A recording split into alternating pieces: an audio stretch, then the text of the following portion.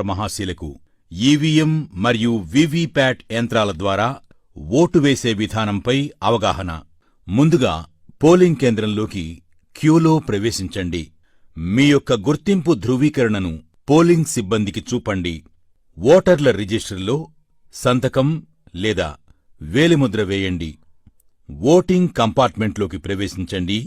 Voting కంపార్ట్మెంట్లో ballot unit BU మరియు వీవీపీఏటీలు ఉంటాయి. బ్యాలెట్ యూనిట్పై మీరు ఎంచుకున్న అభ్యర్థి యొక్క పేరు మరియు గుర్తుకు ఎదురుగా ఉన్న నీలిరంగు బటన్ను నొక్కండి.